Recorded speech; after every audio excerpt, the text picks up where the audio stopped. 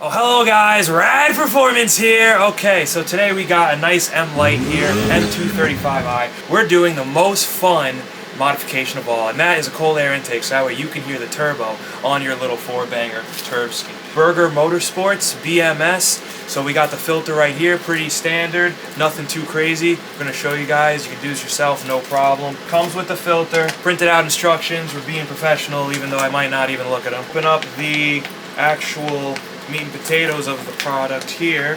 So this nice phenolic piece is actually going to replace some of this piece right here, so that way you can fit your mass airflow system in. Overall, I'm not gonna lie, this thing does look pretty cool. Engraved BMS, really nice construction quality. They give you nice Allen heads, so that way you don't have to damage your factory BMW stuff, and you could keep it away and keep it safe for whenever you go and trade it in. Alrighty lads, so the first thing it says is about this little rubber thingy here. So hopefully this comes off without too much hassle. Alrighty. Then you have some Torx. It says remove factory Torx screws on the mass airflow sensor and then return them back to the plastic. That'll be that for safekeeping. We loosen the clamp on the factory inlet hose, and then it says partially remove the Torx screws and factory airbox lid, which is what I'm doing now. So of course I'm working backwards, but that's because I'm a professional, or something like that. Alrighty lads, so I am just going to pull out these Torx. I think actually, yeah, it did say that inside the instructions. Now the instructions are pretty neat, I'm not going to lie. It does seem pretty well thought out. They did say that these would not fully remove, which is kind of nice that BMW casted them in place. If you're ever just replacing your air filter normally, that's always a nice feature, so that way it kind of makes things a little bit easier for you. But basically, that should be good. Yeah, this is going to pop right off. So now I'm going to move on to the mass airflow sensor itself. So it says that we do have Torx on the mass airflow sensor. So just for knowledge, this was a T25 over here. Now these are a tad smaller.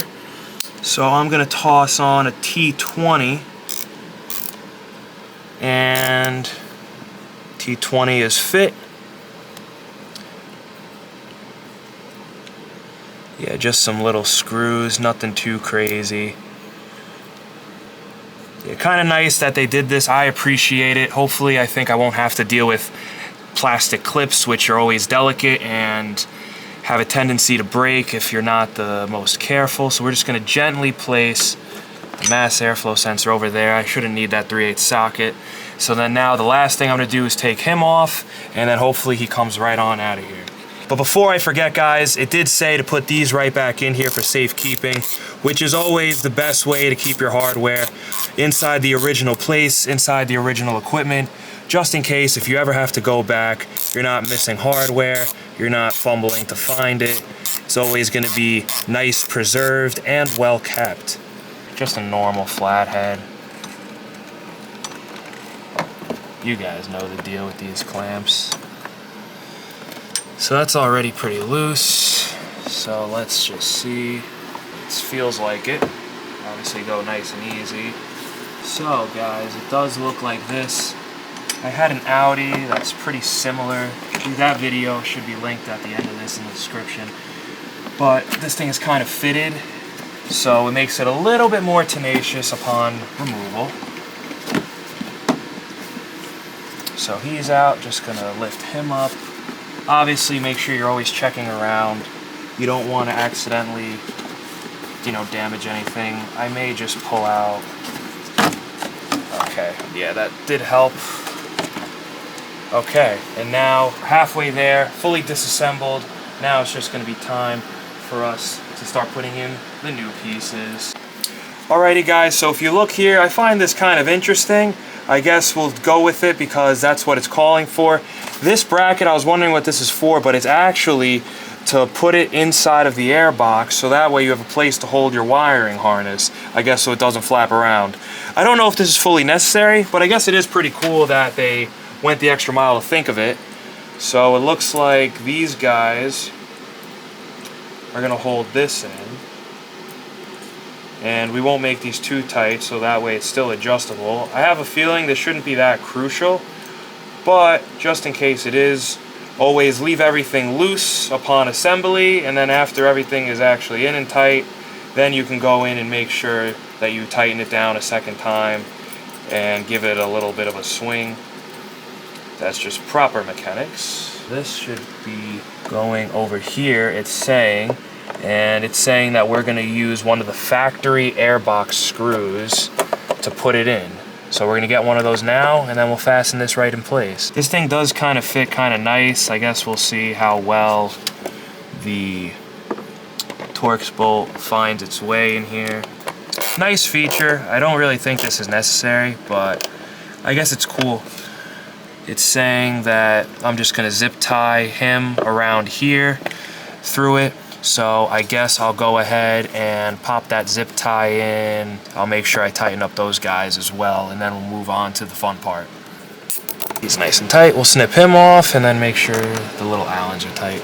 So this thing is pretty slick, not gonna lie. I understand this thing now because it has a Allen bolt underneath it.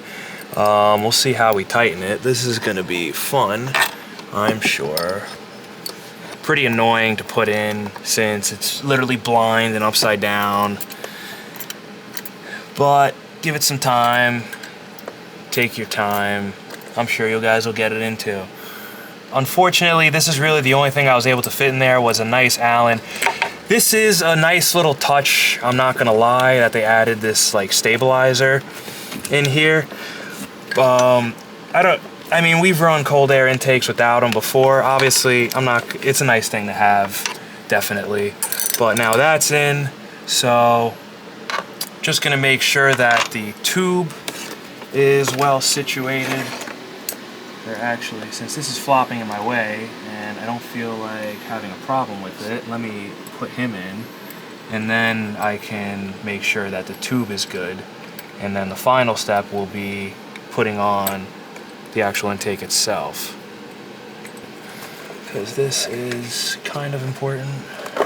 This might be the most crucial part of the job. To be honest, it really just is the most crucial part of the job because it's your mass airflow sensor, and if you mess this up, car is probably not going to run right, or if you break the mass airflow sensor, I doubt it's that cheap to get a replacement one.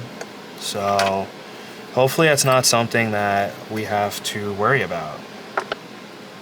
Just give him a little bit, nothing too crazy, but obviously we don't want him backing out.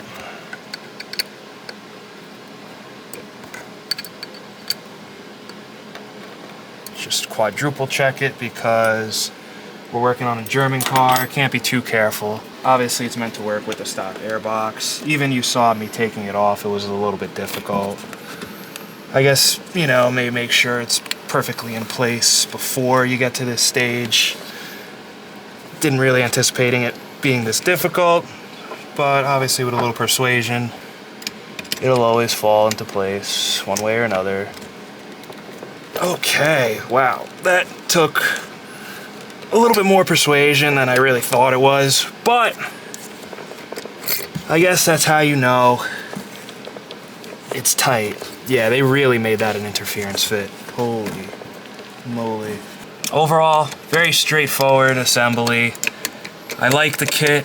I like how they engraved their name on it. Everything they did is pretty cool. The only difficult parts of this job will be sliding that thing on, and then doing this little blind bolt for the support was kind of annoying as well. Outside of that, really easy. Alrighty guys. Well, that was a lot easier than the other piece to slide on. Probably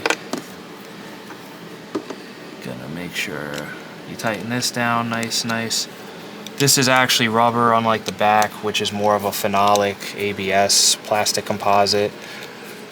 So this, whenever you crush it, it'll squeeze that rubber in and it'll be nice.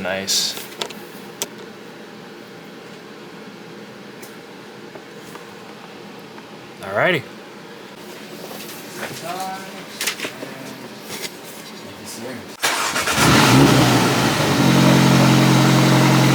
Alrighty guys, so there you have it. We're gonna open up the hood, get a little turbo flutter for you guys. Check her out.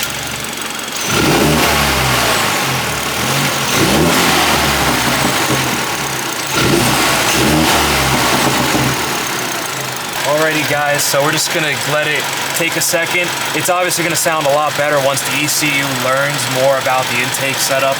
Usually that's like maybe 100 miles would be safe, a tank of gas, somewhere in that ballpark. So we're gonna get on this thing, get driving, get it nice ECU learned, and then we'll make sure we give you guys some more intake clips after that.